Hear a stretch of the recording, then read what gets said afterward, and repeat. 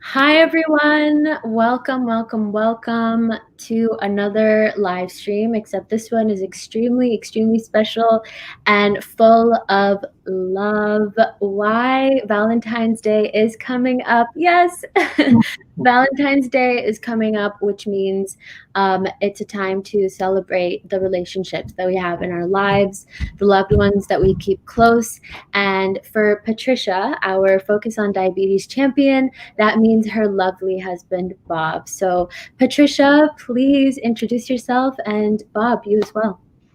Hi, I'm Patricia Welter. I'm a long-term type 1 insulin-dependent diabetic, and this is my hubby. He'll say hello. Hello, Bob. I just known her like forever, and I just used to be a marathoner, a runner, so I was very athletic.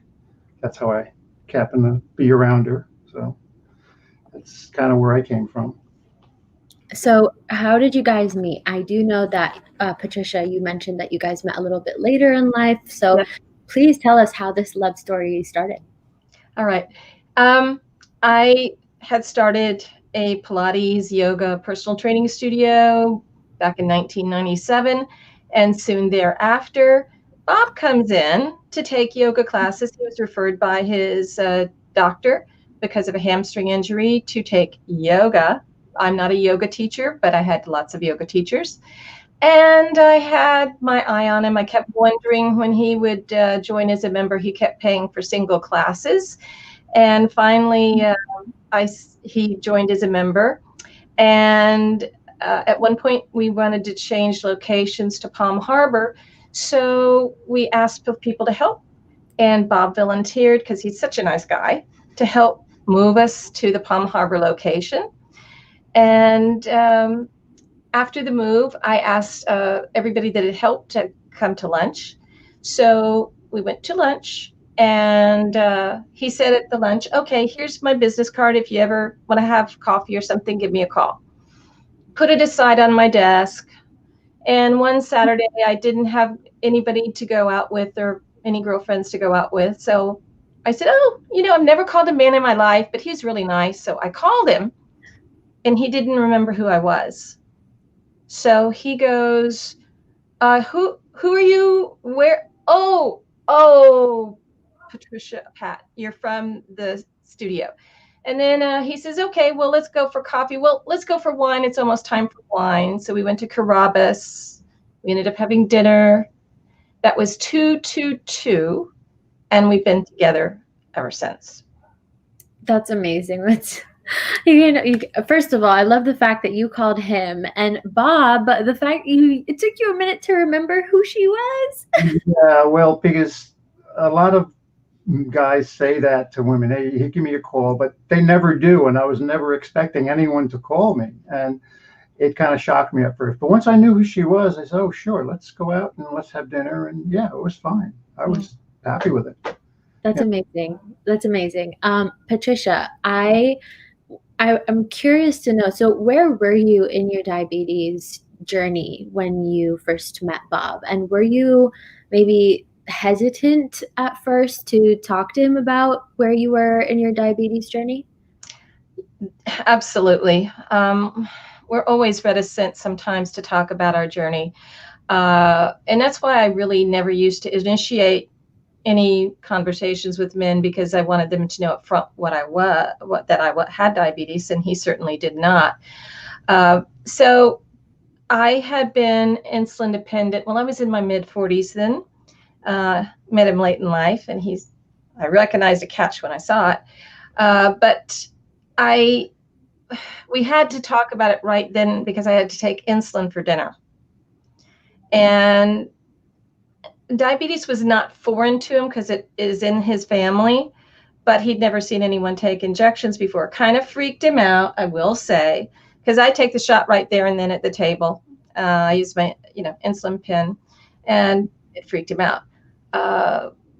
It was a hesitant part, and then to let him know the issues that come with diabetes. And at the time, I had both eyes. This is a prosthetic eye that pops in and out, great for Halloween. But I had to what I thought beautiful eyes at the time. And he did not know about all the side effects that we experience as diabetics. So, Bob, can you tell us a little bit about your reaction when you first saw Patricia with the insulin? Um, I've had experience with diabetes. My father was a diabetic. My uncle and aunt were diabetics. There's a lot of diabetes on my father's side. So I've known about it. We didn't so much use needles for injections. So, but once I got over the initial shock of putting a needle in herself, I find it was not a problem because I realized that it's something that comes with diabetes. So, in a way, I became more educated on the fact of what diabetes is and how she takes her needles. I even got to know what size needles she takes and what different types of diabetes and insulin she takes and how it's stored. So it was really an education for me as I came to see her and know her and watch her take her diabetes shots. So at first it was a little jarring, but after that I find no problem, and I find sometimes uh, I have the biggest problem I have is people that don't understand what she's doing because we'll go into a restaurant and we have people look at us weird, and I say she's taking her diabetes medicine. Mm-hmm.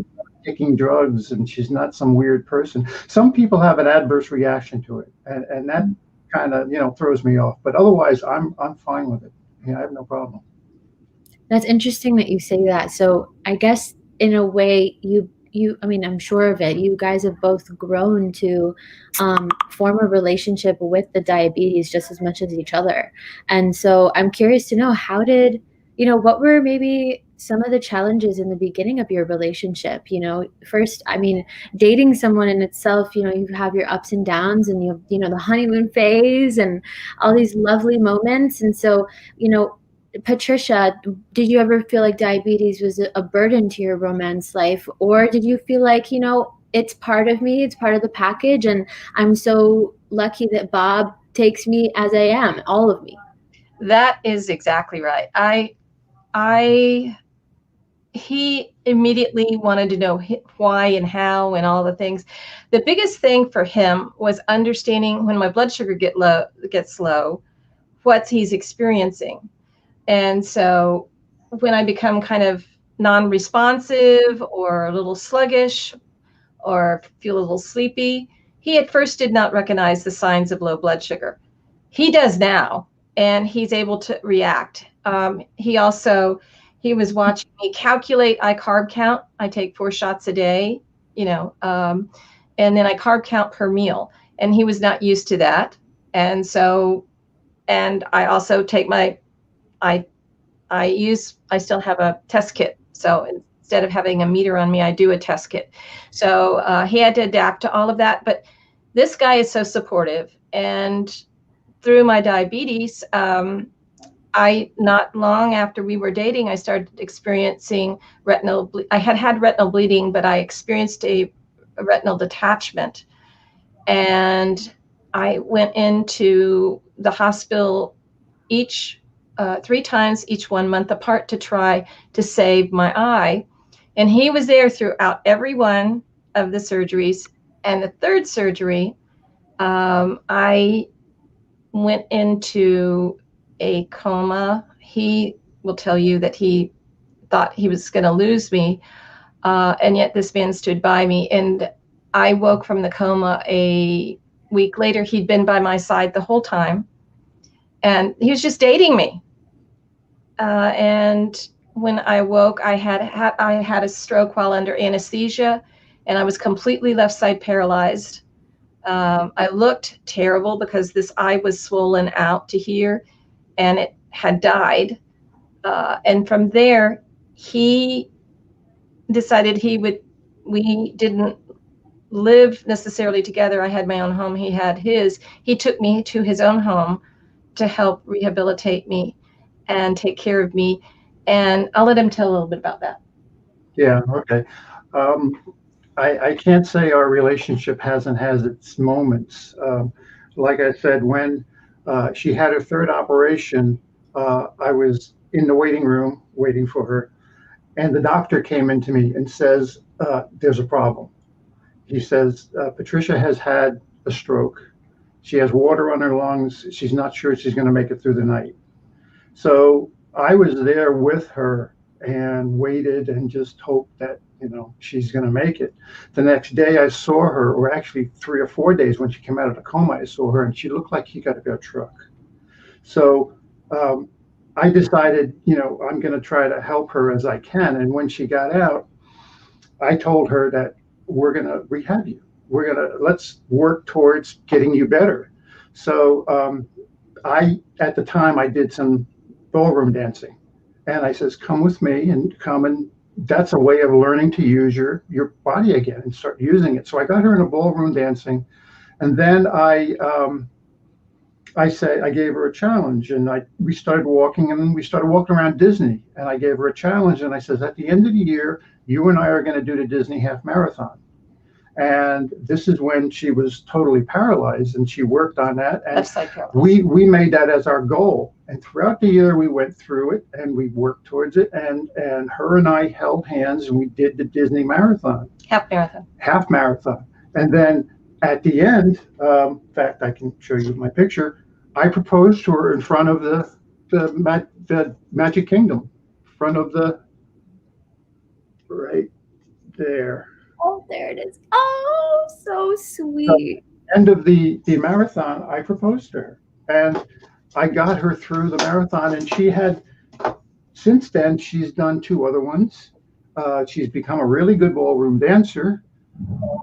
She's worked very hard rehabbing herself. And I feel that she didn't let diabetes stop her. She found ways of working with diabetes and beating it or working around it. And she's been very strong. She's one of the strongest people I've ever known, because a lot of things that have happened at that time would stop normal people. But she never thought of that. She always thought it as a challenge, and she always went forward with it and tried to overcome it, whether it be working with her arms to get the movement or working with the dance to get her legs back.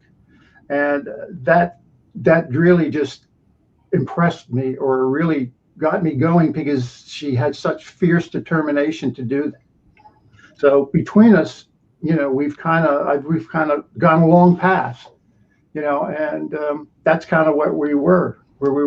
And we own. He became owner with me in Suncoast Pilates, and dedicated to the studio. Mm-hmm. He's my partner in every way. I'm a balanced body Pilates master instructor trainer, as well as having the studio. And he's been supportive throughout that, helping the studio. And our mission is to talk about diabetes and exercise, and Pilates and diabetes and exercise, and get people moving. And he's dedicated to that. He also, during the pandemic, he was working a full-time IT job and doing the studio operational at night. He was being required to go into work, and he says, we're high risk, don't want to go in. So he quit the job, his full IT job, last year about this time, in order to support me, not expose me to, COVID-19, and to be there at the studio full time, because we had to discover to teach online, just not in studio. So he's become my camera guy at the studio and set up all the ways that we can operate as a business. Wow. Yeah. Wow. So I have so many different questions. This is incredible stuff. So first of all, Patricia, I'm sure as a woman, right? Like it can be a little bit daunting sometimes to be in such a vulnerable position when you first start dating someone. And Bob, I can already see all the things that Patricia saw in you. And of course, why wouldn't she say yes when you proposed, right? But, Patricia, I'm wondering, like, did you ever have moments where you felt, how do what do I do? Like, is he actually, did you ever question, like, is he actually going to be there for me moving forward? Or was it something that you guys kind of grew into together after your surgery and being half paralyzed. Talk a little bit about the trust that you guys both built together in your relationship as a result of your experiences with diabetes. You hit a nail on the head there in that because about a year after we met, I experienced the eye loss. I just immediately thought, am I less than? I already have diabetes. I have to fear other diabetic complications. I've lost one eye. How am I going to be attractive to him? And that was the biggest thing, because when I take my eye out, I don't look so good. So he doesn't even see that. A lot of times when I'm going out to work, he doesn't even notice that I don't have my eye in. We go to restaurants, he's like, leave your eye out. He sees me inside for me. And as a woman, that is magic, because to be honest, every other relationship I had, it had to do with how you looked, how you dressed, how and he's the first person that ever really saw me for me, and he supports me, and he tells people, just like he said to you, how wonderful and I am. And I don't think we have that enough in our lives. And we have been together now 19 years. Our first date was 222. We married 444. Yeah. So to have somebody that still loves you from even more, I feel, than the day, and to support me through health issues. We've had both of our own health issues. He's a marathoner, and it's interesting. He had a knee scope, and he got a pulmonary embolism from a knee scope. And so I've been there for that, and he's been there for my things. And I was later in life, and I was like, well, I'm not going to be able to bear children. He'd never had children. So is that an issue? Well, turns out he'd already had that taken care of, so we didn't have to worry about it. He decided he didn't want to have children. I have never met a man that makes me feel more like a woman than Bob. That's so beautiful. That's so important. And Bob, really, you're very lucky to have each other. I feel like, right now the comments are blowing up saying how beautiful you both are, how adorable you both are. And someone did mention also that nobody talks enough about the mental health aspect of diabetes management. And, Patricia, you mentioned, and Bob as well, that you guys met each other later in life. And that must have been something really special to have, especially since you probably both had your fair share of experiences beforehand. So, maybe Patricia, I'd love it if you talked a little bit about how maybe how different your diabetes management became after you met Bob versus before. And Bob, maybe talk a little bit about your perspective on diabetes, mentioning that you had it in your family, and how Patricia changed your world. Basically, that she basically changed your world. For me, I had really thought I'd been married before. I thought nobody would ever marry me again. How wrong I was. I mean, I was just getting started into my 40s. I think my 40s, 50s, and now my 60s. I wanted to be better for him because he's very athletic, and I have to keep up with him.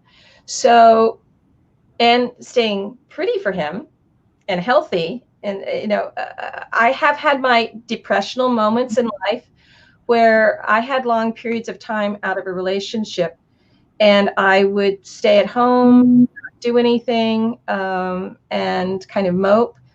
He's made me enjoy life and have a zest for life and want to continue to work out. My diabetes management has soared in improvement.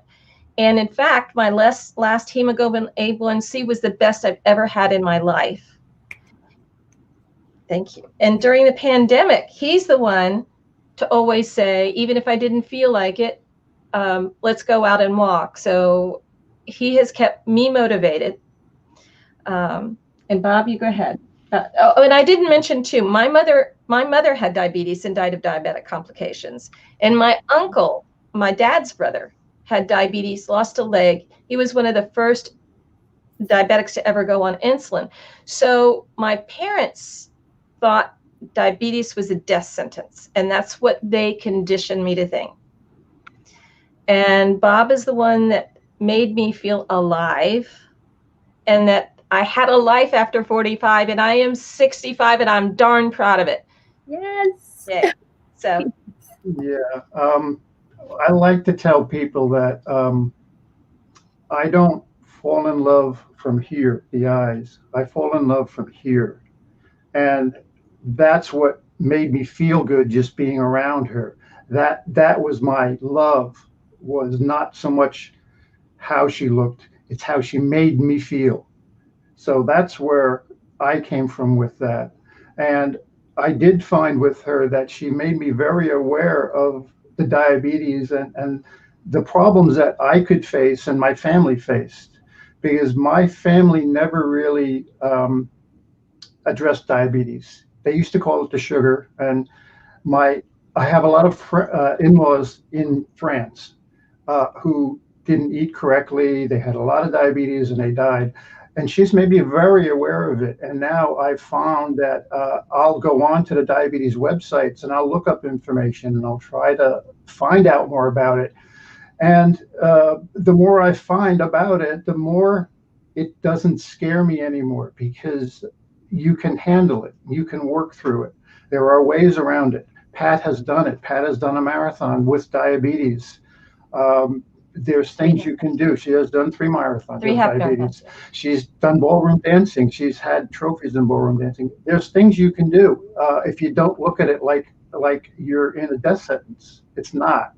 It's a roadblock, yes, but you can work around it. And with help, if you find that right person can help you get over those hurdles. And that's what I am to her. I try to help her in whatever she needs and assist her in her diabetic world. And she makes me more knowing about what she goes through. And it makes me a little more educated in how diabetes works and what the help is for it. So that's amazing. That's amazing. I literally just teared up a little bit. I'm not even going to lie. Full transparency. All of these 83 people are watching. But I guess maybe I know we only have a few minutes left, and there's so much I would love to talk to you all for hours. But a little bit about your eye health. So you mentioned that now you have a prosthetic eye, and so what have you been doing lately, and maybe how has Bob been helping you, if he does, to maintain or manage your eye health? The key is exercise and controlling my blood sugar. So he does both by us self-motivating each other to exercise, and he helps me with my, keeping on track with taking my blood sugars and making sure my insulin, and sometimes I'll call out, I'm taking this much insulin, so that he knows, so that if I question it later with the low blood sugar, I know how much. Also, do you have anything to add to that? Yeah. Well, I sometimes I kind of annoy her because I'm always looking on the internet for a new blood blood checker, and I say, oh, I found this one or I found that one, and she's always scolding me, like, leave me alone, let me do. I'm always looking for some kind of new way to check your blood and do this and do that. So. And then regarding my eye health, I was also going blind in my right eye because I'd had several bleeds prior, which got controlled through laser surgery and proper control of my diabetes. So I was going blind, and at one point he had to drive me everywhere. He still really does. I let him do all the driving, which is an additional thing on him. But I realized when we went on a trip that I really couldn't see anything. And so he encouraged me to get the cataract out. And so I was very scared because I'd had a problem with anesthesia in the past. So I did this without any actual physical anesthesia other than the drops to my eye. And he was there through every moment. And then the moment I woke up from the cataract surgery, I said, why didn't I do this before? I could see things I'd never seen. So what I want to make sure people know is take care of your eyes, get your annual eye exam, listen to your retina, my doctor of retinopathy. Also, listen to your eye doctor. I know that an eye exam detects lots of medical conditions, not just diabetes, but you may have diabetes and not know it. So it's important to get your eye exam, and it's important to follow up. And even during the pandemic, I was scared to go in, but I got my eye exam. I did everything I'm supposed to.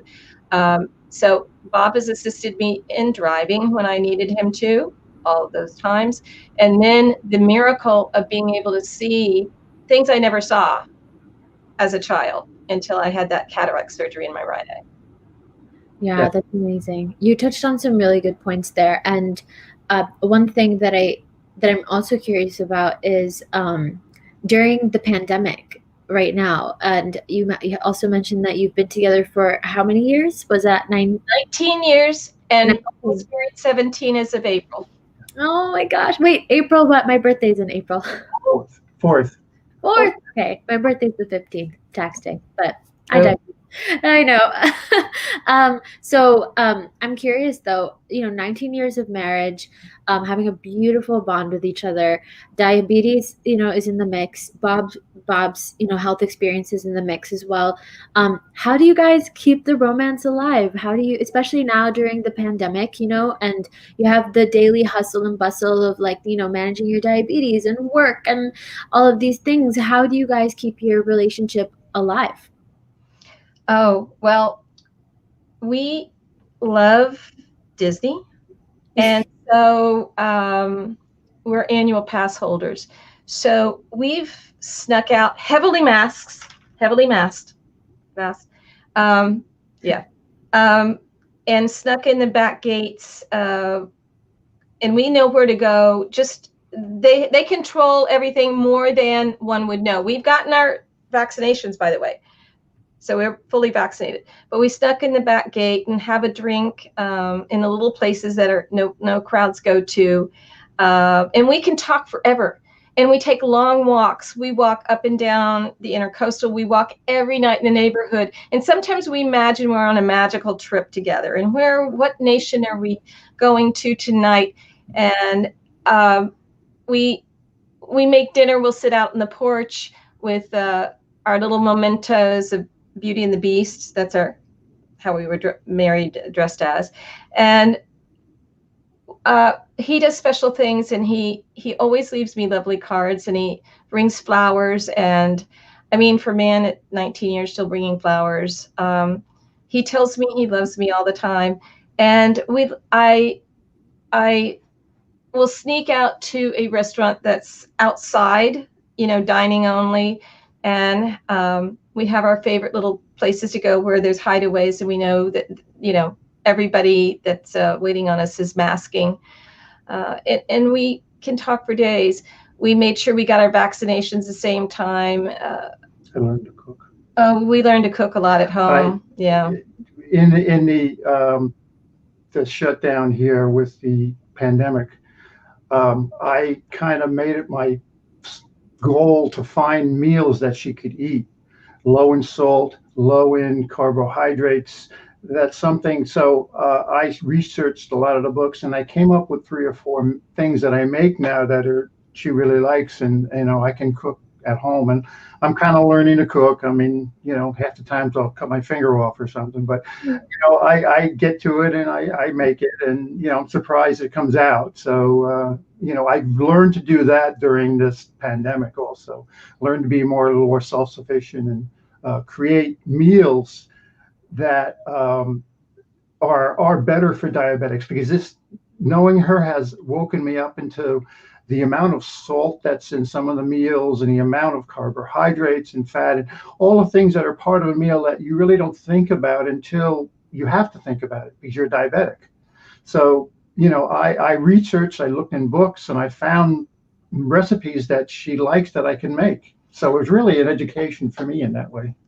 And we can't wait to go back to ballroom dance. That's where we just love to. Mm-hmm. Last Valentines, we went out with 2 of our very good friends, Fran and Kevin, to a Valentine's dinner dance. Exactly, almost a year ago. But we're still going to find little things to do. And I know we've already got a little romantic Valentine plan. Yeah, we like to go to Disney because we can become kids there. When we need our Disney fix, like in the middle of the week, I'll say, "Hey, I'm tired. Let's go to Disney," and we'll just drive out. And when we get there, we can become kids. We don't have any worries. We can just run around and do things and just kind of relax and just take it in. Or we don't have to do anything. We have been to Disney so many times that I don't have to go on the rides. I've been on the rides like 100 times already. So we can sit and just watch the people go by and have a drink, and we'll do that. We'll go to like maybe the French exhibit and have a glass of champagne, and we'll just sit there and watch people and go yes, by. I do drink a little bit as a diabetic, so I do like She has an occasional dry glass. champagne and dry white wine. So I know I'm making a statement here, but I do like to enjoy, and it's one of my only vices. Yeah. We also work out together at home. That's kind of cool to us. It gives us a physicality of working out. Yeah. And he actually lets me work him out here. She kicks my butt at home. Yeah. Well, you both are so precious. And I have a couple of points, I guess, maybe to close us off in summary of this beautiful discussion. First of all, someone in the audience said that they believe that continuously dating your spouse is the key to keeping the relationship alive, and you guys have both exemplified that so beautifully. You both are each other's best friend. You uplift each other and you bring out the best in one another. And if there's anything that anyone is watching right now can learn from this, is that no matter how late or how early, wherever you are in life, whatever age you're at, there's always, you will find someone. Just never settle. That's something I've learned from this conversation. Never ever ever settle, because especially if you have diabetes, you want to make sure that you're living your life and your time and you're spending your energy with people who are going to uplift you and help you, not drag you down and make you feel even worse. So Patricia, Bob, you both are absolutely beautiful, and it's a pleasure speaking with you again, and I hope to speak with you again and again and again. And I hope you have a beautiful Valentine's Day. Thank you so much for contributing to the diabetes community in the way that you do. Bob, you're an amazing husband, an amazing person. Patricia, you're a strong woman and an inspiration to us all. Thank you both so much for joining us today. Thank you. Giving you a huge virtual hug to you and everybody out there. Thank you. We're huggers. Thank you all for joining, and we'll see you next time. We'll see you time. Take care. Happy Valentines. Happy Valentines. Bye-bye.